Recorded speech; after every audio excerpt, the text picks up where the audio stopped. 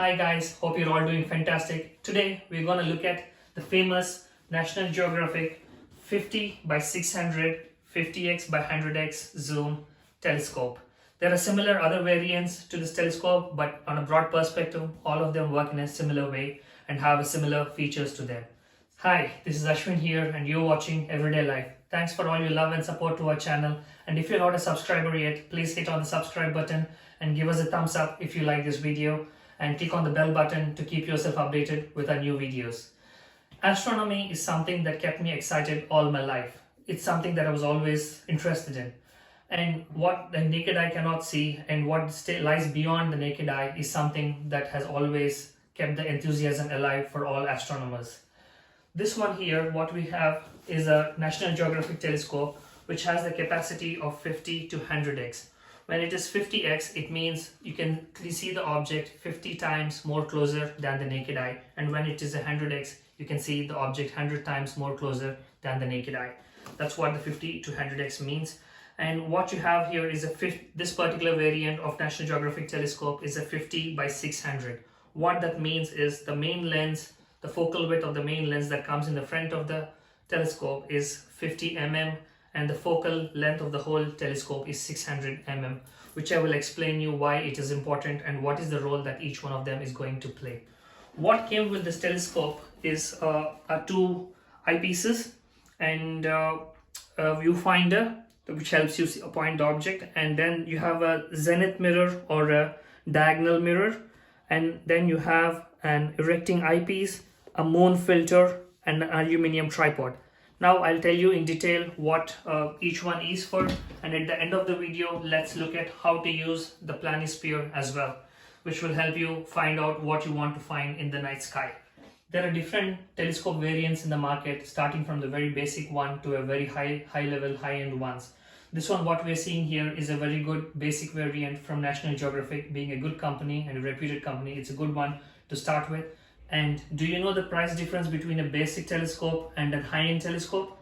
It's astronomical. So let's begin with something which is more basic, which is what we have here. And let's begin with the aluminium tripod. This one, the basic tripod that came in this box, this one is a good stable aluminium tripod, and it has extendable legs. Right now it is on its shortest height, and with easy clip-on clip-off, you can increase the length of the tripod and you can reduce the length of the tripod based on your height and whatever is convenient to you. And on this tripod you have a basic lever. When you loosen it, you can tilt it up and down easily. When you tighten it, the tilt gets fixed, and once it gets fixed, without tilting it up and down, you can easily pan the telescope. This one is just panning the telescope without changing the tilt, and if you want to tilt it, then you loosen it and then you tilt it up and down. So this gives you a more basic control on how to focus on the item that you want to see. Next, we're going to look at the telescope, and this is the National Geographic telescope again, which has a 50 to 100x zoom and 60 centimeters of focal length. But before we get into the detail, let's look at something which is very important, the instruction that comes with the telescope. One of the key instruction, and that's something that you should tell your kids if you're gifting them a telescope, is that never look at the sun directly through a telescope. It's very dangerous and you could permanently lose your eyesight if you look at the sun directly. My wife once asked me, can I never look at the sun directly through a telescope? And I told her, yes, she can look at it, of course, but only twice. Seriously guys, there are two things you should never look through a telescope. One is the sun and the other is your neighbor's windows. One, you lose your eyesight. The other one, you lose your face. Trust me on this. I'm telling this with no experience, but this is an advice that you want to take. Okay, now talking about the details. So this telescope, what it means when it says 50 by 600. 50 millimeters is the size of the lens that comes in the front of the telescope. Why it is important is because the bigger the lens, the more light it can capture. The more light it captures, the clearer the object becomes. So a 50 mm is a good beginner's size to start with, and the lens that you see here that is fixed here at the front end of the telescope is a 50 mm 5 centimeter wide lens. And next, coming to the 600, the number 600, what it is the distance between the front lens to the eyepiece. So that's the distance is 60 centimeters. And why it is important, I will explain you in a bit. So before that, let's look at what are the other parts in the telescope. What you have here, this is called the eyepiece, where you look at different things. This is called the diagonal mirror. It's also called the zenith mirror because it helps when you look through a couple of lenses. What happens is the image automatically inverts, comes upside down. To help the image, to recover the image from being visible upside down, the mirror plays a role, and that's why a mirror is placed here in a diagonal angle, and that one flips the image and helps you see it directly. So that's the zenith mirror, the eyepiece, and this little knob which you have here, which helps in reducing and increasing the length. That is what helps you control the zoom, and it also helps you focus on the object more clearly. So what happens is when you reduce the length of this one, when you turn the knob and when you reduce the length, the focal length of the camera from here to here, the length reduces from 60 centimeters. This one has an 8 centimeter adjustment, so it varies from 60 centimeters to 52 centimeters, reducing the zoom. If you're using a 50x eyepiece, it reduces the zoom from 50 times to 42 times, 44 times range. And if you're using a 100x eyepiece, then it reduces the zoom from 100 to 84. But you should not be worried about the zoom that is reducing, because this one actually helps you increase the clarity of what you're looking at. Okay, so how does the zoom work? Let me explain this in the most simplest way. 600 mm is the distance between the front lens and the eyepiece. Okay, and there are two different eyepieces that come with this telescope. One is a 12 mm eyepiece and one is a 6 mm eyepiece. The 12 mm one is the one that gives you a 50x zoom, and the 6 mm one is the one that gives you a 100x zoom. So when you use a 50x zoom, okay, when you increase the knob to the maximum distance, so you have 600 millimeters divided by 12, which is 50, is the zoom amount that you have. But when you reduce, okay, when it becomes from 600, say to when you reduce at 8 centimeters, when it becomes 52 centimeters, what happens is that instead of 600, you have 520 divided by 12. Naturally, the zoom gets reduced. It comes to around 43, 44x zoom, something like that. But after you point an object and after you get clarity, then you adjust this a little front and back to adjust the clarity, adjust the focus of the image, which helps you get better clarity. Now let's move to the other parts. This one is a viewfinder. When the telescope is zoomed in, it's very hard to find out what you're looking at. So it's easy to first point it at an object to the viewfinder, and once you have the viewfinder focused at the object that you're looking at, then you look through the eyepiece, and it's easy to look at and zoom in and zoom out what you're looking at. When it comes to viewfinder, it is very important that you align the viewfinder to the telescope's view, because this one is looking from this angle and this one is looking from this angle. So you cannot assume that whatever you're looking through this will automatically align to this one. So how do you adjust it? You have little screws that come on the top and bottom. So you move that front and back. Ideal thing to begin with is probably look through this one and focus on something like a church tower or a distant object, something like a church tower or something like that. You focus, you move in, you fix on this one, and then you look through this one, and then you align both and make sure that there is a crosshair that comes in the front of the viewfinder. So you keep the church tower in the center of the viewfinder, and then you align this according to that, move it front and back a couple of times, and you will tune your telescope. Once this tuning is done, then it becomes much more easier for you to focus on an object, whatever you're looking at, and then zoom in and out of that object. And there's something that you need to know. Whatever you look through the viewfinder always will look inverted. This is not a mistake. This is not a problem with your telescope. It is such because you don't have a zenith, the inverting mirror inside the viewfinder. So anything that you see in the viewfinder, you will find it inverted. But over a period of time, you will get over it. You will understand how to see things inverted, and then you will be able to focus through the main telescope. Also, there is one more thing, one small detail that you might miss out on, it is the focus adjustment on the viewfinder. If you come to the beginning of the viewfinder, this little thing which you're seeing here, which rotates, the viewfinder piece that rotates, it helps you in focusing on the object that you're looking at. It's very important because sometimes when you see from the viewfinder, you don't see the object clearly and it becomes very hard to focus on. So use this lens rotating feature to adjust on the focus and make sure you get the right focus on the object that you're going to look at. What are the other things that come with this telescope?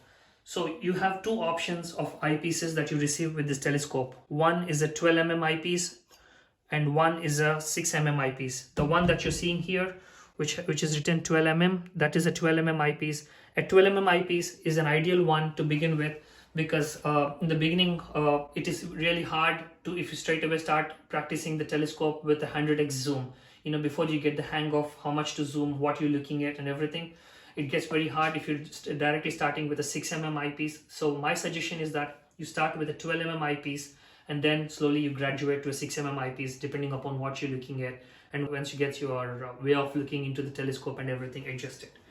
Okay, so what we have apart from a 12 mm eyepiece is a 6 mm eyepiece. Like I told you, this one comes along with the telescope. This is a 6 mm eyepiece, that's a 12 mm eyepiece. You can see the difference in the lens size, and also you get along with this telescope is a moon filter. A moon filter really helps you in looking at the moon, because sometimes in the night sky when you look at the moon is too bright for you to observe the details of the moon. So a moon filter is usually a blue or a green color filter that you fit into the eyepiece, and that will help reduce the brightness of the moon, which will in turn help you look at the details, the finer details of the moon. How to fit this moon filter? Initially I was struggling to find out where to fit this, but where you can fit it is on the inner side of the eyepiece. So you have the eyepiece here, you fit the moon filter onto the inner side, so you screw it to the eyepiece and then you have your moon filter ready. So you can see that's the moon filter, it's written moon on top of it, and so that's the moon filter. It's blue in color on this one, and that's the eyepiece, that's a 12 mm eyepiece. And so this one will go into the telescope, and once you put it into the telescope, you tighten the screw, and then you have your 12 mm eyepiece with the moon filter on, and then this will give you a 50x zoom like I told you before. And then again you can use it to adjust the clarity of whatever object you're looking at. So what if you have 50x, then you have 100x. What if you want additional zoom? Okay, that's where your erecting eyepiece will come in play. So what the erecting eyepiece will do, I'm going to show you after I fit the telescope onto the stand so that it's easy for you to look at. So now that's fixed. Now if you want additional zoom to your telescope, you add an erecting eyepiece. An erecting eyepiece that comes with this telescope gives you an additional 1.5x, which means it further magnifies it 1.5 times, which is great magnification on top of 100x magnification. So what happens here? We remove this one, we add the eyepiece to the erecting eyepiece. So we fit this one to this, we screw it, make it tight, then we put this one in here, the erecting eyepiece is there with the moon filter, and you tighten this one, and that's it. You have an additional 1.5 times zoom. Like I said, this is a good enough telescope to watch moon, comets, Jupiter and bigger objects in the solar system, but it's not a telescope that's made for looking at a black hole. If you're really looking at, if you're really interested in looking at a black hole, trust me guys, look at my bank account and you'll find, the emptiness of a black hole. So before we end this video, like I promised you, we're going to look at how a planisphere works. A planisphere basically is a very simple tool which is being used from centuries. It really helps in looking at the night sky in a more organized way. It's a very simple device in a digital age like this, but it is as efficient as anything else. What a planisphere has is two discs on it. There is an upper disc and a lower disc. The lower disc usually shows the months. Either sometimes it will be written, the month name will be written, or sometimes the number of the month will be written. In this case, you have the number of the month, you have 2 for February, 3 for March, and 4 for April, and so on. Sometimes you have Jan, Feb, March written there. And in each month you have 30 divisions or 31 divisions depending on the month. And you can see the numbers going from 10 to 30. On the top disk, what you have is the hours of a day. You have 24 hours of a day printed on the top disk. Also on the top disk is a transparent oval which will show the constellations which are printed on the bottom disk. So how do you use it? What you need to do is you need to align, say for example, you want to look at the night sky on 25th of December. Okay, so you adjust at, and say if you want to look at it at night 9 o'clock. So you take 23 hours and you align it with the month December. Now you have 12 there for December, and you have 20 and 30, and you have 25 there. So you align the number 23, which is the hours 11 p.m. with the 24th of December, and what you see here is the night sky. So what in the night sky, what you have is the northern hemisphere and the southern hemisphere. So an ideal way to start with is first you need to look at you need to have a compass to know which is your north pole and which is your south pole. If you don't have a compass, you can use you can go by the general idea of a sunset, the sunrise and the sunset, how it goes. So how you look at it is you hold the north point on this thing, and then you turn towards your north pole, and then you align it, and what you see here should match to what you're seeing in the sky. So that's how a planisphere works. So you, and one more important thing, and if you want to look at the other side, say if you want to look at the south pole, what you do is you hold it and you turn it with the south coming down, and what you see will be the south pole, and what you see will be the night sky towards the south pole. So that's how a planisphere works. I hope it is clear. The video, I'm not sure how clear it is, but I hope it makes sense to you. And that's about everything that came with this telescope. And there's something I want to ask you, something that I want to leave you with. Do you know why all the telescopes are always pointing away from Earth? The answer is because we're always looking for intelligent life. Thank you very much, guys. Thanks for all your time, and thanks for all your love and support to our channel. And if you're not a subscriber yet, please hit on the subscribe button and support our channel. And if you like the video, please hit on the thumbs up and the bell icon. Meanwhile, enjoy the night sky, reach to the stars, and have a great time. Thank you very much.